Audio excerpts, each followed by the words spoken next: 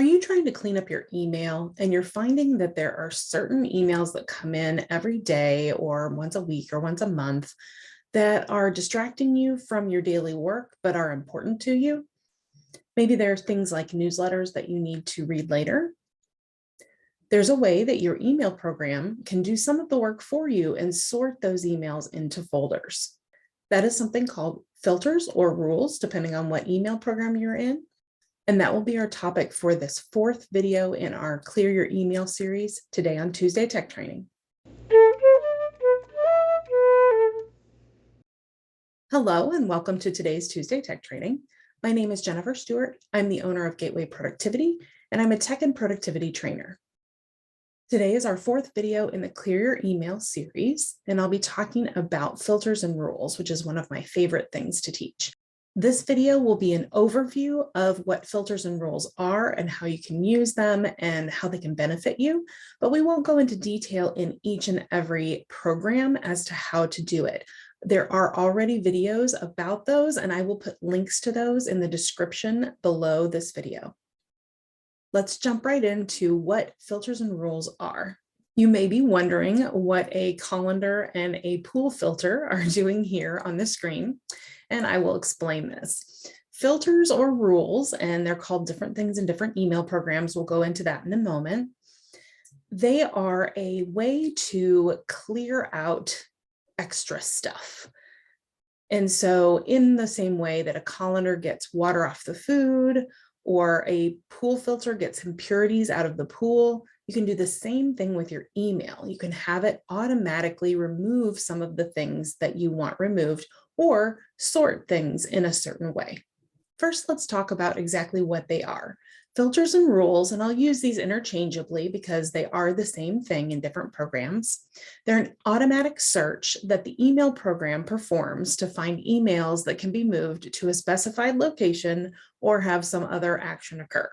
That's a big old mouthful just to say it's a way to sort your email in whatever way you choose.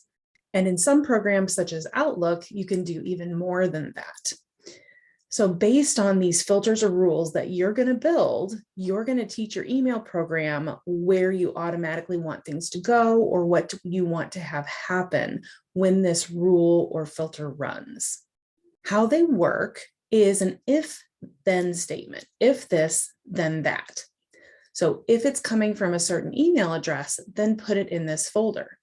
If it's coming from a certain email address, play this sound. That's an option that's available in Outlook. If it's coming from a certain email address, delete it. That is one way to help clear out some emails. I would recommend if you have a specific email that is happening with and it's something you can unsubscribe from, that's the better way to do it, because filters and rules do use some power from your email program to make them run.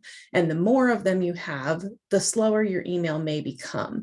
Now, it takes a lot of them, like we're talking probably 100 before that's really the case, but you do want to be cognizant of that. We don't want to have these filters and rules automatically deleting things when you could just unsubscribe from those emails. And in our next video, video 5, we will actually be talking about how to safely unsubscribe. So be sure to watch that one if that's what you need to be doing. So again, a filter or rule is an if this, then that statement. If this is happening, or it's coming from this email address, or it has this subject line, or I am CC'd on the email, then do this action. Most of the time it will be putting it into a folder, but you do have other options available to you. So how does this actually benefit you? There are a lot of different ways that you can use these. I mean, even from what I just described, you can probably start thinking of the ways that this could benefit you. The main thing is you can free up your inbox. You can get rid of those things that take your time to read through them, but they aren't the top of your to-do list. So I'll go back to the same example of newsletters or things that you're CC'd on all the time, but you don't actually need to read, or certain reports that come in that you don't need to read right away. All these different types of things can automatically be moved into some folders or all into one folder if that's what you prefer, and then you choose the time to read them. That's the second point here. You get to determine when you will read the filtered emails instead of them becoming a distraction in your inbox. It's amazing how much time you can save by having the email program automatically do some of this work for you. And lastly, you can see here the possibility of using these automatic filters and rules to move things into action folders. That is not something that I recommend doing right at the beginning. I would get used to using filters and rules on less important emails, like those newsletters we've been talking about. And then maybe eventually, if you get really excited about this and it's working really well for you, you could potentially start to filter out action items into an action folder. But I have found very few people actually work that way. Most of us are out of sight, out of mind. And so I had one client who decided this was really exciting and she wanted to filter all of her different employees into their own folders. That would have been great if she had created a reminder for herself to check those folders or something like that, but instead she started losing track of those emails. So you really want to have an honest conversation with yourself. If you're out of sight, out of mind, I would not use this for action items. I would use it more for those distractions and those newsletters and those things that you don't need to read right away. Now I'll briefly show you what this looks like in a few different email programs. I'm not covering all of them because there are separate videos for this, but I'll just touch on a few of the different ones and why they're called different things. So first we'll talk about Outlook. This is the Outlook program on your computer. Up in this corner, you would see the rules button, and then you will have these options of what to do. And again, I'm not going to go into the details, just giving you an overview here. And you would then have potentially a pop-up box that looks like this, where you can do your if this, then that statement. The top is the if this, if it comes from Facebook, then do the following. And you can see you have more options than just moving it to a folder. And then Outlook even has more detailed options of what you can do. I wouldn't recommend worrying about this unless you get really excited and really decide to dive deep into these rules. And again, they are called rules in Outlook. That's why I've got this at the top. This last option here on the right is what you'll see if you decide to dive really deep. This is Apple or Mac Mail. Theirs are also called rules. And theirs are a little bit more hidden. You have to go up to your preferences for your mail to find your rules, and you can see that right here at the top of the screen. With this, you'll have to copy the email address that you want to use and bring it into this screen.